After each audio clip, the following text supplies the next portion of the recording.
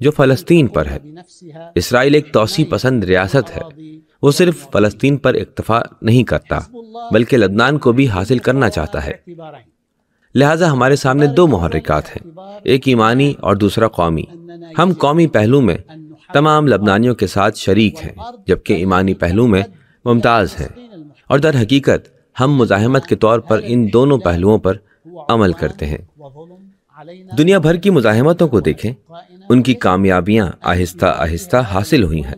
کبھی ایک چھوٹے گروہ پر حملہ، کبھی تھوڑا سا علاقہ آزاد کر کے چھوڑ دینا، اور یوں وقت کے ساتھ چھوٹی چھوٹی کامیابیاں جمع ہوتی جاتی ہیں، یہاں تک کہ بڑی آزادی حاصل ہوتی ہے۔ لبنان کی مزاحمت کی خصوصیت یہ ہے کہ اس نے آغاز ہی سے عظیم اور مؤثر کامیابیاں حاصل کیں۔ 1985 میں اسرائیل کو مقبوضہ پٹی تک دھکیل دیا، سن 2000 میں اسرائیل کو لبنان سے نکال دیا سوائے شبا فارمز اور کفر شبا کی پہاڑیوں کے۔ سن 2006 میں اسرائیل کو دوبارہ لبنان میں داخل ہونے یا قبضہ بڑھانے سے روک دیا۔ اول الباس کی جنگ میں اسرائیل کو سرحد پر ہی روک دیا، وہ نہ دریائے لتانی تک پہنچ سکا، نہ بیروت، نہ ہی اپنے مقاصد حاصل کر سکا۔ یہ مزاحمت و مقاومت کی 40 سالہ جدوجہد کے دوران عظیم کامیابیاں ہیں جو ظاہر کرتی ہیں کہ حزب اللہ، عمل تحریک، دیگر مزاحمتی گروہوں، لبنانی فوج اور قربانی دینے والے عوام کی کاوشوں نے بار بار آزادی حاصل کی، اور یہ قبضہ اس مزاحمت کے بغیر ختم نہیں ہو سکتا تھا۔ کوئی یہ نہ کہے کہ مزاحمت نے بہت نقصان اٹھایا، عمارتیں تباہ ہوئیں اور بہت سے لوگ شہید ہوئے، بلکہ سوال یہ ہونا چاہیے، کیا مزاحمت نے صبر کیا؟ کیا وہ ذمہ داری کے مطابق کھڑی رہی؟ کیا اس نے دشمن کو روک لیا؟ اور جواب ہے ہاں، مزاحمت نے ذمہ داری نبھائی، بلکہ ایک ایسا مثالی نمونہ پیش کیا، عملی نمونہ، کہ جس کی گواہی دنیا بھر میں دی جا رہی ہے۔ جب ہم پر حملہ ہوتا ہے تو سوال یہ نہیں ہوتا کہ حملہ کیوں ہوا، بلکہ سوال یہ ہوتا ہے کہ ہم نے اس کا مقابلہ کیسے کیا، کیا ہم ڈٹے رہے یا نہیں۔ مزاحمت نے دشمن کو روکا، اپنے عوام کو متحد کیا، اور اسرائیل کو اس کے مقاصد حاصل کرنے نہیں دیے۔ نتیجہ، اگر ہم نے بہت سی قربانیاں دیں لیکن ان کا پھل یہ ملا کہ اسرائیل کو اس کے منصوبوں میں کامیابی نہیں ملی، نہ قبضہ بڑھا سکا، نہ مزاحمت ختم ہوئی، نہ آباد کاری کا منصوبہ چلا، اور نہ ہی لبنان کو جھکا سکے۔ ستمبر کی جارحیت کا ہم نے اول الباس کے عنوان سے مقابلہ کیا۔ ہم نے عظیم شہداء پیش کیے، شہید امت سید حسن نصر اللہ رضوان اللہ تعالی علیہ، شہید سید ہاشم صفی الدین، شہید مجاہد رضوان اللہ تعالی علیہ، اور دیگر شہداء، تمام شہداء، زخمی اور قربانیاں، بہت ساری قربانیاں، لیکن جنگ کا خاتمہ ہوا، اور ہمارے نوجوان آج بھی سرحد پر ڈٹے ہوئے ہیں اور اسرائیل کو آگے بڑھنے سے روکا، جس کے بعد اسرائیل کو معاہدہ کرنا پڑا۔ پس جو معاہدہ فائر بندی کے حوالے سے لبنانی ریاست اور اسرائیلی وجود کے درمیان بالواسطہ طور پر ہوا، وہ مزاحمت کے صبر و استقامت کا نتیجہ ہے۔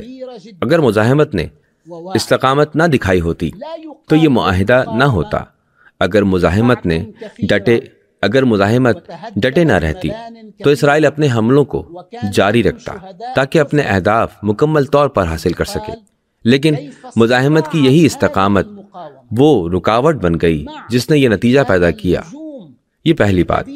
دوسری بات یہ ہے کہ اسرائیل کو حملہ کرنے کے لیے کسی بہانے کی ضرورت نہیں۔ ہم کتنی بار کہہ چکے ہیں کہ اسرائیل اس لیے حملہ آور ہوتا ہے کیونکہ اس کا ایک توسیع پسند منصوبہ ہے۔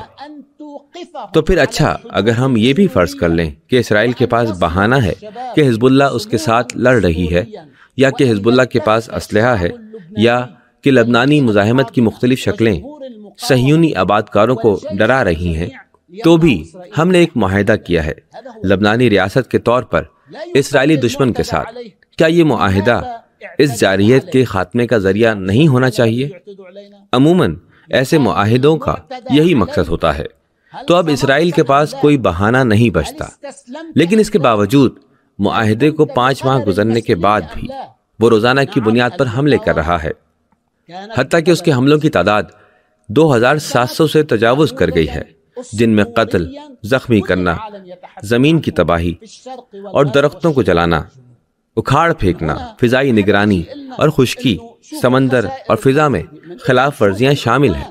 یہ سب کچھ دنیا کی آنکھوں کے سامنے ہو رہا ہے۔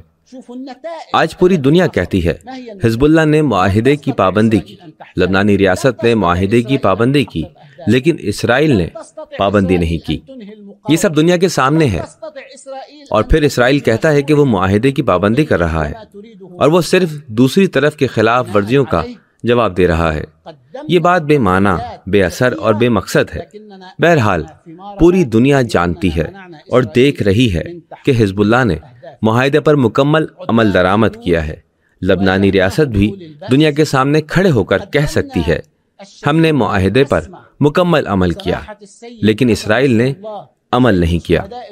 تمام مزاحمتی قوتوں نے معاہدے کی پاسداری کی، لیکن اسرائیل نے نہیں کی۔ یہ جارحیت تاحال جاری ہے۔ مجھے کھل کر کہنے دیں، اگر آپ یہ سوچ رہے ہیں کہ اسرائیل صرف ایک چھوٹے سے علاقے یا ایک ممالی پیش رفت یا کسی اسلحے کے مسئلے پر حملہ کرنا چاہتا ہے تو آپ سخت غلطی پر ہیں۔ اسرائیل لبنان کے بڑے حصے پر قبضہ کرنا چاہتا ہے تاکہ اسے مقبوضہ فلسطین میں شامل کر سکے اور لبنانی زمین پر یہودی آبادیاں بسائے۔ وہ فلسطینیوں کو جنہیں وہ مقبوضہ فلسطین سے نکال رہا ہے لبنان میں آباد کرنا چاہتا ہے۔ یہی اسرائیل کا منصوبہ ہے۔ اسرائیل نے اسے آزمایا بھی 1982 میں، جب وہ بیروت تک پہنچا اور 18 سال تک لبنان پر قابض رہا۔ آخرکار 18 سالہ قبضے کا کیا جواز تھا؟ فلسطینی تو 1982 میں لبنان سے نکل چکے تھے، تب بھی اسرائیل واپس کیوں نہیں گیا؟ کیونکہ وہ اپنا منصوبہ نافذ کرنا چاہتا تھا۔ اس نے لہد ملیشیا بنائی اور جنوبی لبنان میں ایک علاقہ قائم کرنے کی کوشش کی تاکہ اسے اسرائیل میں ضم کر لے، لیکن کس نے اس کا راستہ روکا؟ مزاحمت نے، مقاومت نے، فوج اور عوام کے باہمی تعاون نے اسے روکا۔ اسرائیل کامیاب نہ ہو سکا۔ یاد رکھیں، اسرائیل توسیع پسند ہے۔ وہ لبنان پر قبضہ کرنا اور اس پر کنٹرول حاصل کرنا چاہتا ہے۔ جب وہ مزاحمت سے اسلحہ چھیننے کی بات کرتا ہے تو اس کا مطلب یہ ہوتا ہے کہ وہ لبنان کی طاقت ختم کرنا چاہتا ہے۔ جب لبنان کی طاقت ختم ہو جائے گی اور وہ کمزور ہو جائے گا تو اسرائیل جب چاہے گا اس میں داخل ہو جائے گا اور جو چاہے گا قبضے میں لے گا۔ ہم یہ تجربہ لبنانی ریاست کے ساتھ، لبنانی فوج کے ساتھ اور بین الاقوامی حمایت کے ساتھ دیکھ رہے ہیں۔ جب لبنانی ریاست شکایت کرتی ہے کہ اسرائیل جارحیت کر رہا ہے اور معاہدے پر عمل نہیں کر رہا تو لوگ لبنانی ریاست سے کیا کہتے ہیں؟ صبر کرو، اسرائیل گھبراہٹ کا شکار ہے، اسرائیل ڈرا ہوا ہے، اسرائیل چاہتا ہے کہ حزب اللہ کو غیر مسلح کیا جائے، اسرائیل یہ چاہتا ہے، وہ یہ چاہتا ہے۔ یہ سب ایک خوف پیدا کرنے والی مہم ہے تاکہ وہ اپنے مقاصد حاصل کر سکے، اور بڑی طاقتیں اس میں اس کی مدد کر رہی ہیں، جبکہ لبنانی ریاست بے بس نظر آتی ہے۔ کیا آپ چاہتے ہیں کہ ہم ایسی صورتحال کو قبول کر لیں جس میں ہم اتنے بے بس ہو جائیں کہ اسرائیل کو پورے لبنان میں داخل ہونے کی اجازت مل جائے؟ اور یہ کبھی نہیں ہوگا۔ اگر کوئی سمجھتا ہے کہ ہم کمزور ہیں اور ہم ان کی بات مان لیں گے تو وہ شدید غلط فہمی میں مبتلا ہے۔ جس نے اسرائیل کا سامنا کیا ہے وہ ان تمام کا بھی سامنا کر سکتا ہے جو اسرائیل کے ساتھ یا اس کے پیچھے کھڑے ہیں۔ ہمیں فرق نہیں پڑتا، نتیجہ جو بھی ہو، ہم اپنی زمین کے مالک ہیں، اپنے حق کے مالک ہیں۔ ہم نے جو وعدہ کیا اس پر قائم ہیں، ہم سچ بولتے ہیں اور اسی پر عمل کرتے ہیں۔ ہم حزب اللہ، عمل موومنٹ، تمام مزاحمتی قوتیں، لبنانی ریاست اور لبنانی فوج۔ لیکن دوسری طرف کیا ہوا؟ اگر اسرائیل یہ سمجھتا ہے کہ وہ اپنے مقاصد حاصل کر لے گا تو وہ سراسر فریب میں ہے۔ وہ اپنے آپ کو دھوکہ دے رہا ہے، اور یہ فریب 3 بار ہے۔ وہ وہم میں ہے، وہم میں ہے، وہم میں ہے۔ جب تک مزاحمت موجود ہے، اور وہ موجود رہے گی، جب تک لبنانی فوج موجود ہے جو قبضے کو مسترد کرتی ہے، جب تک وہ لبنانی عوام موجود ہے جنہوں نے قربانیاں دی ہیں، جنہوں نے اپنے گھر کھوئے ہیں، میدان میں اترے ہیں اور عظیم انداز میں مزاحمت کا ساتھ دیا ہے، اور جب تک ریاست اور ریاست کا سربراہ کھلے عام قبضے کو مسترد کرتا ہے، تب تک اسرائیل اپنے مقاصد حاصل نہیں کر سکتا۔ آج ہم سفارت کاری کے مرحلے میں ہیں۔ ہم سفارتکاری کو موقع دے رہے ہیں، لیکن یہ موقع لامحدود نہیں ہے۔ ایک غیر ملکی سفیر نے ہمارے بین الاقوامی تعلقات کے ذمہ دار سے پوچھا، کیا واقعی آپ یہ کہتے ہیں کہ آپ کے پاس کھلے آپشنز موجود ہیں؟ کیا آپ نہیں ڈرتے کہ اسرائیل بڑے اقدامات کرے گا اور آپ کو ڈرائے گا؟ کیا آپ واقعی اسرائیل کے ہم پلہ ہیں؟ تو میں انہیں علل اعلان کہتا ہوں، حالانکہ میں جانتا ہوں کہ ہمارے نمائندوں نے کیا جواب دیا، مگر میں خود بھی کھل کر کہتا ہوں، ہمارے پاس آپشن موجود ہے اور ہم کسی چیز سے نہیں ڈرتے۔ اگر آپ ہمیں آزمانا چاہتے ہیں اور اسی راہ پر چلتے رہنا چاہتے ہیں تو چلتے رہیے، ہم خود طے کریں گے کب اور کیسے جواب دینا ہے، اور آپ اس وقت دیکھ لیں گے۔ آج ہم صرف ایک گروہ نہیں رہے، اے لوگو، ہم ایک قوم ہیں، ہم ایک سرزمین ہیں، ہم مٹی ہیں، ہم خون ہیں، ہم زخمی، قیدی اور شہداء ہیں، ہم سربلند لوگ ہیں، ہم ایک ایسی قوت ہیں جسے کوئی بھی ہرگز شکست نہیں دے سکتا۔ جسے شکست ہو سکتی ہے وہ وہی ہے جو حق پر نہ ہو، اور ہم حق پر ہیں، تو پھر ہم ہی غالب آئیں گے۔ اگر آپ سمجھتے ہیں کہ اسرائیل کھلی چھوٹ میں ہے اور جو چاہے کر سکتا ہے اور امریکہ اسے جو چاہے دے رہا ہے، تو سوال یہ ہے کہ یہ کب تک چلے گا؟ وہ کب تک ایسا کرتے رہیں گے؟ کسی نے کہا کہ ہم کتنی دیر تک صبر کریں گے کہ وہ اپنے مقاصد کا کچھ حصہ حاصل کر لے؟ ذرا غور کریں، اسرائیل ہمیں چن چن کر نشانہ نہیں بنا رہا۔ وہ ایک شخص کو قتل کرتا ہے، ایک گاؤں کو مسمار کرتا ہے، کچھ محدود کارروائیاں کرتا ہے، لیکن وہ بہت بڑی کارروائی بھی کر سکتا تھا۔ کیوں نہیں کی؟ کیونکہ وہ حساب کتاب کرتا ہے۔ یہ کوئی معمولی بات نہیں ہے۔ درست ہے کہ ہم صبر کر رہے ہیں، لیکن دانائی اور حکمت کے ساتھ، کیونکہ ہم وقت کا تعین جانتے ہیں۔ ہم جانتے ہیں کہ نقصان اور فائدے کا توازن کیا ہے، لیکن ہم صرف نقصان اور فائدے پر نہیں چلتے۔ ہمارا موقف اصولی ہے، مزاحمت کا، آزادی کا، اور اسرائیل کو اپنے مقاصد میں کامیاب ہونے سے روکنے کا۔ یہ آج ہو، کل ہو یا کچھ عرصے بعد، لیکن اس موقف کا کوئی متبادل نہیں، اور نہ ہی کوئی ہتھیار ڈالنے کا سوال پیدا ہوتا ہے۔ تیسری بات، آج لبنان میں مسئلہ کیا ہے؟ مختلف بیانات سنتا ہوں۔ کوئی کہتا ہے کہ مسئلہ ریاست کی ساخت کو درست کرنے کا ہے، کوئی کہتا ہے کہ قومی وحدت کے منصوبے کو بنانا ہے، لیکن افسوس کہ کچھ لوگ ایک ہی فریق سے تعلق رکھنے والے اور کچھ بے سری آوازیں بار بار یہ دہراتے ہیں کہ اصل مسئلہ مزاحمت کا اسلحہ ہے۔ جب پہلے یہ کہا جاتا تھا کہ مزاحمت کا اسلحہ ریاست کی تعمیر کو روکتا ہے، تو ہم نے پوچھا، کیا واقعی؟ پھر ریاست کی تعمیر میں کس نے کردار ادا کیا؟ صدارتی انتخابات میں کس نے تعاون کیا؟ حکومت کے قیام میں کس نے مدد کی؟ معاہدے کے نفاذ میں سب سے زیادہ تعاون کس نے کیا؟ یہی وہ جماعت ہے جس پر آپ الزام لگاتے ہیں کہ وہ ریاست کو مفلوج کر رہی ہے۔ پہلے تو کہا جاتا تھا کہ مزاحمت کا اسلحہ ریاست کے قیام میں رکاوٹ ہے۔ اب جب دیکھا کہ ریاست بن رہی ہے اور مزاحمت کامیاب ہو رہی ہے تو بات بدل دی۔ ہم طائف معاہدے کی بات کر رہے ہیں، اسلحہ واپس لیا جائے۔ یعنی اب کہہ رہے ہیں کہ اسلحہ ریاست کے قیام میں رکاوٹ نہیں، بلکہ طائف معاہدہ کہتا ہے کہ اسلحہ صرف ریاست کے پاس ہو۔ ہم بھی کہتے ہیں کہ ریاست کے پاس اسلحہ ہو، لیکن کون سا اسلحہ؟ وہ جو شہریوں کی حفاظت کرے، داخلی امن قائم رکھے۔ مزاحمت کا اسلحہ تو صرف اسرائیل کے خلاف ہے، اس کا داخلی معاملات سے کوئی تعلق نہیں۔ تو اب سوال یہ ہے کہ یہ باتیں کون کر رہا ہے؟ فتنہ پھیلا کون رہا ہے؟ وہ لوگ جنہوں نے ماضی میں ملک میں فتنہ برپا کیا، جن کے سروں پر خانہ جنگی کا الزام ہے، جو لبنان کے دل میں وہ کچھ کر بیٹھے ہیں جسے برداشت کرنا یا تصور کرنا ممکن نہیں۔ صاف بات ہے، لبنان کا پہلا مسئلہ مزاحمت کا اسلحہ نہیں، بلکہ اسرائیلی قبضے کا خاتمہ ہے۔ ذرا اپنی زبانوں اور اپنے بیانات سے دکھائیں کہ آپ واقعی اسرائیلی قبضے کے خلاف ہیں۔ ریاست، اس کے صدر، حکومت اور تمام ذمہ داران چاہتے ہیں کہ اسرائیل کا قبضہ ختم ہو، تو آپ بھی ہم آہنگ ہو۔ مزاحمت، عوام، سب یہی چاہتے ہیں، لیکن ہم آپ کی طرف سے ایسی کوئی آواز نہیں سنتے۔ لگتا ہے کہ آپ کو اسرائیلی قبضہ اچھا لگتا ہے۔ اگر ایسا ہے تو یہ آپ کے لیے ٹھیک نہیں، اور یہ آپ کے ریکارڈ میں رہ جائے گا۔ یہ آپ کے مستقبل کے لیے فائدہ مند نہیں ہوگا۔ جو آج اسرائیلی قبضے کے خلاف کھڑا ہے، جو نہیں کہتا ہے وہ سب سے معزز، سب سے باعزت اور سب سے عظیم ہے۔ تاریخ اسے سنہری حروف میں لکھے گی۔ ہم موقف کی طاقت، قومی وحدت، ریاست کی تعمیر، فوج کی قوت اور مزاحمت کی تیاری سے اسرائیلی قبضے کا سامنا کر رہے ہیں اور کرتے رہیں گے۔ ہم ہار ماننے والے نہیں۔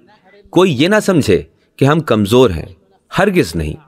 ہم نے ان سازشی آوازوں کو رد کر دیا جو اسرائیلی منصوبے کی خدمت گزار ہیں۔ نہ ہمیں امریکہ کی دھمکیاں ڈراتی ہیں، نہ اسرائیل کی، اور نہ ہی ان کے حمایتیوں کی۔ ہم مزاحمت والے لوگ ہیں، عزت و وقار کے محافظ ہیں۔ قرآن کریم کہتا ہے، جب مومنوں نے لشکروں کو دیکھا تو کہا، یہ وہی ہے جس کا وعدہ اللہ اور اس کے رسول نے ہم سے کیا تھا، اور اللہ اور اس کے رسول نے سچ فرمایا، اور فرمایا نہ کمزور پڑو، نہ غم کرو، تم ہی غالب رہو گے اگر تم مومن ہو۔ یہ لوگ ان آیات کا مطلب نہیں سمجھتے، اور نہ ہی ان کے اثرات کو، اور نہ ہی ہماری اللہ تعالیٰ سے وابستگی اور ایمان کو۔ چوتھی بات، میڈیا اور سیاست کے ذریعے مزاحمت کے اسلحے کو ایک مسئلہ بنانے کی کوشش ہو رہی ہے۔ یہ اسرائیل کی خدمت ہے۔ کچھ لوگ کہتے ہیں کہ ریاست کو مزاحمت کا اسلحہ طاقت سے چھیننا چاہیے۔ کیا آپ جانتے ہیں اس کا مطلب کیا ہے؟ یہ کہ آپ اسرائیل کی خدمت کر رہے ہیں، جس نے اپنی پوری فوج، تمام وسائل، امریکہ اور یورپ کو جمع کیا، مگر ایک بندوق بھی نہ چھین سکا، اور آپ چاہتے ہیں ریاست طاقت سے ہم سے اسلحہ چھینے، یعنی وہی کام جو اسرائیل چاہتا ہے۔ یہ فتنہ ہے۔ آپ مزاحمت اور فوج میں لڑائی کروانا چاہتے ہیں۔ آپ چاہتے ہیں کہ فوج جائے اور مزاحمت سے لڑے، مقاومت سے لڑے، لیکن ہم فوج کے ساتھ ہیں، فوج کے ساتھ تعاون کرتے ہیں۔ ہم اور فوج اسرائیل کے خلاف ایک ہی مورچے میں ہیں۔ آپ ہمیں تقسیم نہیں کر سکتے۔ تیسری بات، یہ سب کچھ اس لیے کیا جا رہا ہے تاکہ امریکی سرپرستی میں ریاست کو کنٹرول کیا جا سکے، کیونکہ آپ سمجھتے ہیں کہ اگر مقاومت ختم ہو جائے تو آپ ہی حاوی ہو جائیں گے، لیکن آپ کی حیثیت سب کو معلوم ہے۔ ہم کسی کو اجازت نہیں دیں گے کہ حزب اللہ یا مقاومت کا اسلحہ چھینے، کیونکہ حزب اللہ اور مقاومت ایک ہیں۔ اسلحہ چھیننے کا تصور ختم ہونا چاہیے۔ یہی اسلحہ ہماری آزادی، وقار اور زندگی کا ضامن ہے، اور ہم ہر اس حملے کا بھرپور جواب دیں گے جو مقاومت پر ہو، چاہے اسرائیل کرے، امریکہ یا ان کے حامی۔ لیکن دھیان رہے، آج کا وقت اسرائیل کے خلاف متحد ہونے کا ہے۔ شکر ہے لبنان کا اندرونی ماحول مجموعی طور پر بہتر ہے۔ ریاست، فوج، سیاسی قوتیں سب مطمئن ہیں۔ صرف ایک طرف اور کچھ آوازیں ہیں جو فتنہ پھیلانا چاہتی ہیں۔ ہم امام موسیٰ صدر کے بیٹے ہیں، جنہوں نے فرمایا، دفاع کی صورت میں اسلحہ رکھنا جائز نہیں بلکہ فرض ہے۔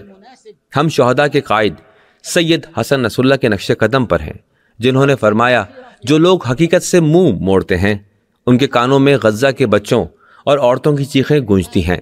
وہ کہتی ہیں، تمہیں بچاتی ہے تمہاری طاقت، تمہاری وحدت، تمہارا اسلحہ، تمہاری مزاحمت، تمہاری مقاومت، تمہارے مرد، تمہاری قربانیاں۔ اے سید حسن، ہم آپ سے کیے وعدے پر قائم ہیں۔ ہم آپ کے راستے پر، آپ کے خون سے، شہداء سے، قیدیوں سے اور باوقار لوگوں کے ساتھ ہیں۔ جن کے پاس سب سے معزز لوگ ہوں، وہ دنیا سے نہیں ڈرتا۔ جب وقت آتا ہے تو بزدل بھاگ جاتے ہیں اور ہم ڈٹ کر کھڑے رہتے ہیں۔ پانچویں بات، حزب اللہ نے لبنانی ریاست کے ساتھ جنگ بندی کے معاہدے پر عمل درآمد کیا۔ جنگ بندی کا معاہدہ صرف دریائے لتانی کے جنوبی علاقے تک محدود ہے۔ معاہدے میں 5 بار دریائے لتانی جنوب کا ذکر کیا گیا ہے۔ ہم نے اپنی ذمہ داری ادا کی ہے۔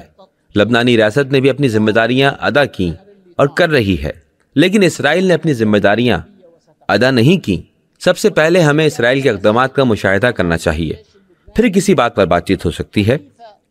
جو بھی فیصلہ شق نمبر 1701 کی بات کرتا ہے، اسے سمجھنا چاہیے کہ اس فیصلے میں صرف لبنان پر نہیں بلکہ اسرائیل پر بھی ذمہ داریاں 2 طرفہ عائد ہوتی ہیں۔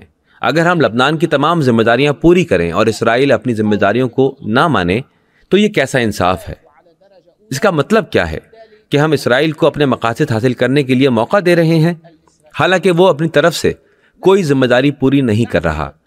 معاہدے کے مطابق، جو کہ فیصلہ شق نمبر 1701 کا ابتدائی مرحلہ ہے، اسرائیل کو مکمل طور پر لبنانی سرزمین سے پیچھے ہٹنا ہوگا۔ اسے زمینی، بحری اور فضائی تمام حملے بند کرنے ہوں گے اور لبنانی خود مختاری کے خلاف ورزی سے باز آنا ہوگا۔ جب اسرائیل سب کرے گا، تب جا کر لبنان میں یہ بحث شروع کریں گے کہ فیصلہ 1701 کے دیگر نکات کو کیسے لاگو کیا جائے، وہ بھی لبنانی خود مختاری، آزادی اور لبنانی حکومت کے منتخب کردہ طریقے سے، نہ کہ امریکی اور اسرائیلی تشریحات یا دباؤ کے تحت۔ فیصلہ 1701 پر ہماری شمولیت کا واحد راستہ معاہدے کے بعد مکالمہ ہے، اور وہ بھی قومی بنیادوں پر۔ اس مکالمے کی 3 بنیادی شرائط ہوں گی جن پر ہر صورت عمل ہونا چاہیے: لبنان کی خود مختاری کا تحفظ، اس کی سرزمین کی آزادی اور اسرائیل کی ہر قسم کی جارحیت کا خاتمہ، مزاحمت اور اس کے ہتھیاروں کو ایک دفاعی حکمت عملی کے تحت استعمال کرنا جو آزادی اور تحفظ کو یقینی بنائے، ہر اس قدم کو مسترد کرنا جو لبنان کو کمزور کرے یا اسرائیلی دشمن کے سامنے جھکنے پر مجبور کرے۔ یہ 3 اصول ہر اس دفاعی حکمت عملی پر گفتگو کی بنیاد بنیں گے جب بھی اس پر بحث کا وقت آئے گا۔ ذمہ دار اسرائیل ہے، اسے اپنے وعدے پورے کرنے چاہیے۔ چھٹی اور آخری بات، اس پہلے نقطے میں جمہوریہ کے صدر جنرل جوزف آن اس مکالمے کے آغاز اور اس کی ترتیب کے ذمہ دار اول ہیں۔ ہم جب وقت آئے گا تو مکالمے میں شریک ہونے کے لیے تیار ہیں۔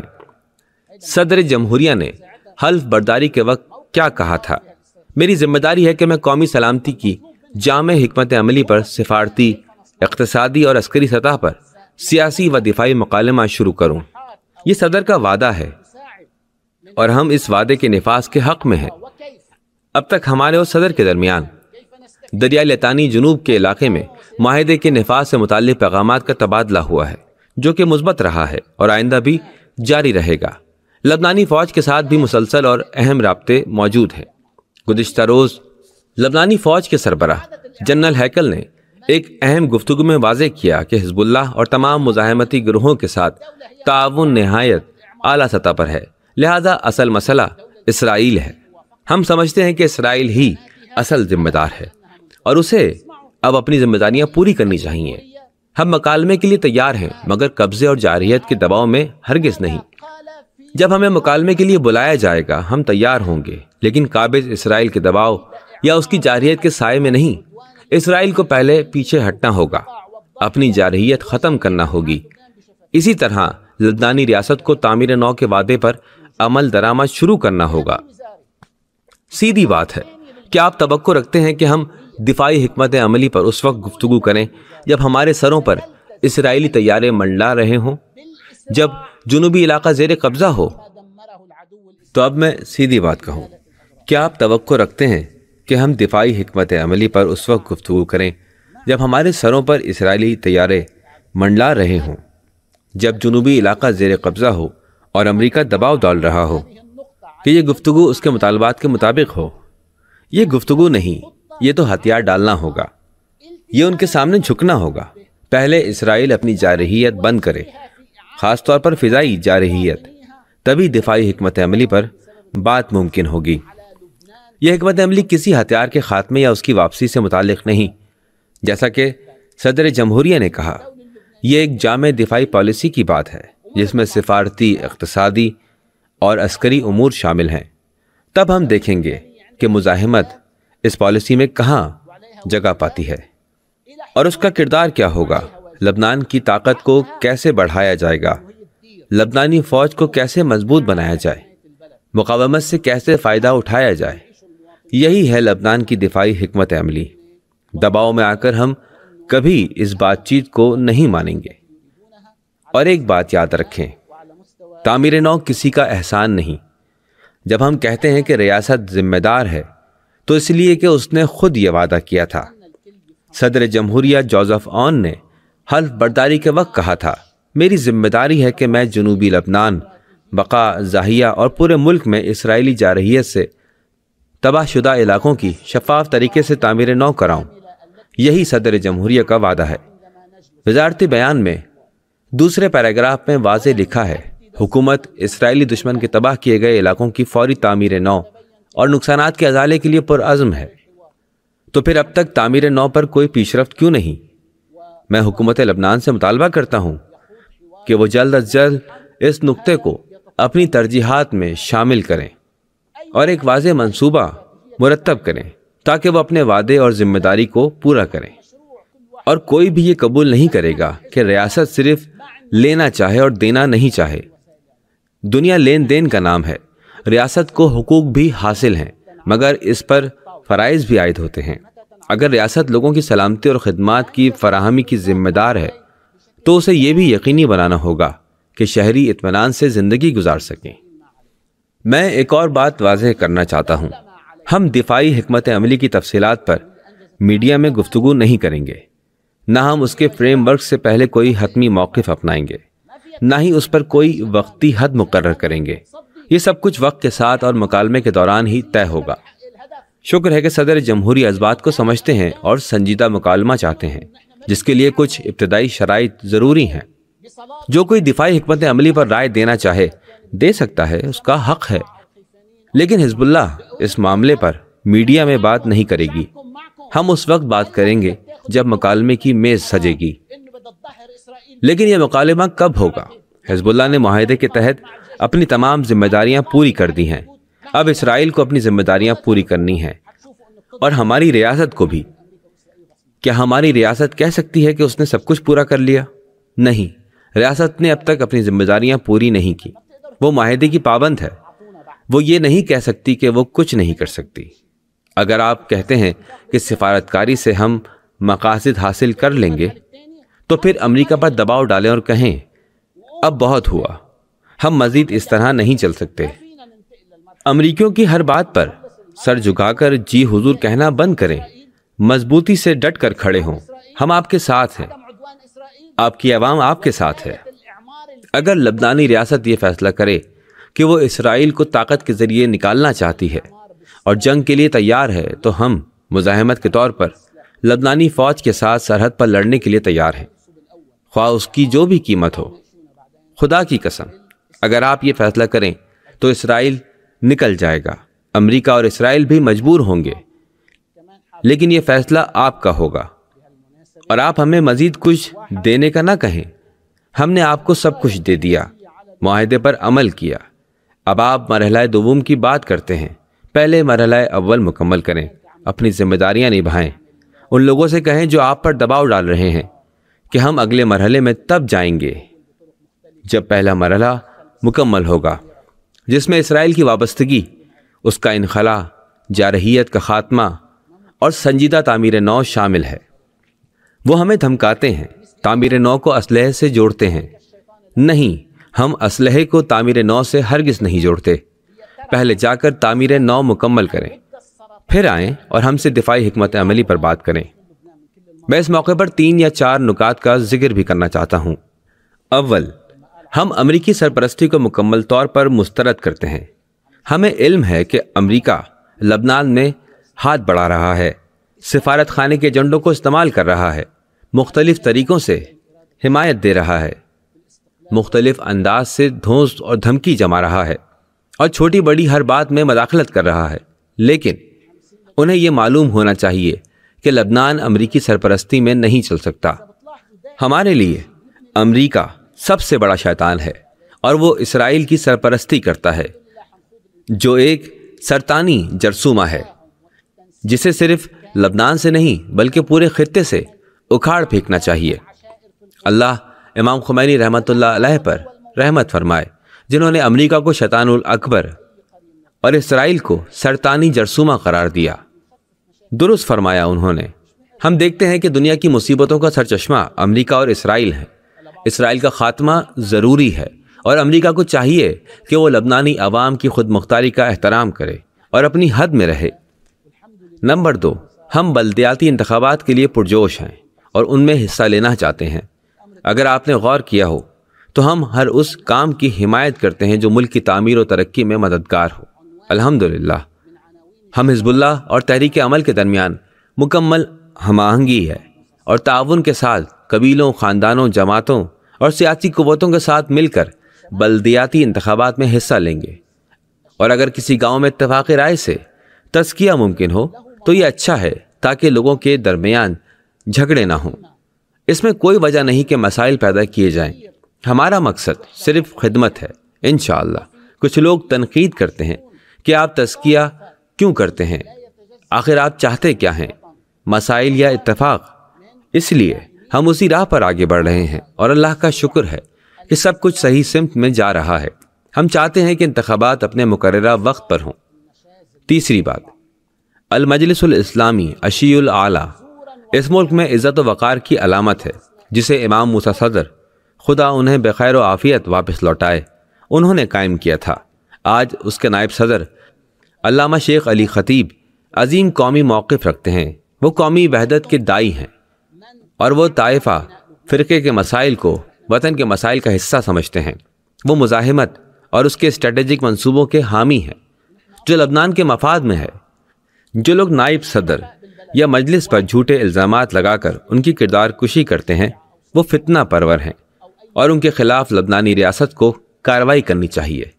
ہم شیخ علی سے کہتے ہیں، ہم آپ سب کے ساتھ ہیں، آپ کے گرد ہیں، آپ کے ہمراہ ہیں اور ہم ایک ہیں، چاہے وہ مسلمان ہوں یا مسیحی، شیعہ ہوں یا سنی، درز ہوں یا کسی بھی طائفے سے ہوں، سب شریف لوگ ایک ہیں۔ اس لیے ہم مطالبہ کرتے ہیں کہ جھوٹے الزام لگانے والوں کا عدالتی محاسبہ کیا جائے۔ نمبر 4، فلسطین ہمیشہ ہماری سمت نما قبلہ کے طور پر رہے گا۔ آج غزہ میں بھوک اور قتل کی جو مجرمانہ وارداتیں ہو رہی ہیں وہ پوری دنیا کے لیے عربی، اسلامی اور عالمی ایک شرمندگی کا باعث ہیں۔ کیا واقعی اسرائیل کو یوں کھلا چھوڑ دیا جائے؟ کوئی تو قدم اٹھاؤ، آواز بلند کرو، دباؤ ڈالو، معیشت، سیاست، کسی طریقے سے کچھ تو کرو۔ افسوس کی بات ہے، اگر تم اس مظلوم قوم کا ساتھ چھوڑ رہے ہو تو کم از کم مقدسات کی تو حفاظت کرو۔ روزانہ یہودی مسجد اقصیٰ کی بے حرمتی کر رہے ہیں۔ عربوں اور مسلمانوں کا کیا موقف ہے؟ میرے بھائی، کس چیز سے ڈرتے ہو؟ امریکہ سے ڈرتے ہو؟ امریکہ کوئی ڈراؤنا دیو نہیں ہے۔ اگر تم اس کے سامنے آواز بلند کرو تو وہ رک جائے گا۔ بہرحال یاد رکھو، تاریخ یہ سب کچھ لکھے گی۔ ہمیں فلسطینی عوام کے شانہ بشانہ کھڑا ہونا ہے۔ نمبر 5، ایران اور امریکہ کے درمیان ہونے والی بات چیت کے بارے میں ہم امید کرتے ہیں کہ یہ نتیجہ خیز ہو، لیکن جیسا کہ رہبر معظم امام سید علی خامنائی نے فرمایا، یہ بات چیت کامیاب ہو بھی سکتی ہے اور ناکام بھی۔ ہم نہ زیادہ پر امید ہیں اور نہ ہی مایوس۔ انہوں نے تمام متعلقہ افراد کو ہدایت دی کہ ملک کا نظام اس بنیاد پر چلایا جائے کہ مذاکرات ایک الگ چیز ہیں اور ملکی معاملات ایک الگ راستہ ہیں، یعنی مذاکرات کامیاب ہو بھی سکتے ہیں اور نہیں بھی۔ ہم امید کرتے ہیں کہ یہ کامیاب ہوں اور یقیناً یہ سب کے مفاد میں ہے۔ آخر میں یمن کو سلام پیش کرتا ہوں، اس سخی، بہادر اور قربانی دینے والی قوم کو۔ اور یہ کیسا عظیم یمن ہے جو براہ راست امریکہ اور اسرائیل کے مقابلے پر کھڑا ہے پوری دنیا کی طرف سے۔ میں اس عظیم یمنی عوام اور اس کے عظیم قائد سید عبد المالک حوثی کو سلام پیش کرتا ہوں۔ یہ لوگ مزاحمت اور شرف کے چراغ ہیں، اور یاد رکھو کہ عزت و شرف ہی جیتے گا، مزاحمت، مقاومت کامیاب ہوگی۔ میڈیا اسٹار ورلڈ کی آج کی پیشکش کیسی لگی کمنٹس میں ضرور لکھیں۔ تھینک یو، دھنیہ واد، شکریہ، جے بھارت، جے ہند۔ میڈیا اسٹار ورلڈ کی اور ویڈیو دیکھنے کے لیے ہمارے چینل کو سبسکرائب کریں اور سیدھے نوٹیفیکیشن پانے کے لیے بیل آئیکن دبائیں۔ اور اگر ہماری خبر سچی اور اچھی لگے تو اپنے واٹس ایپ، انسٹاگرام، فیس بک اور ٹویٹر اکاؤنٹ پر ضرور شیئر کریں۔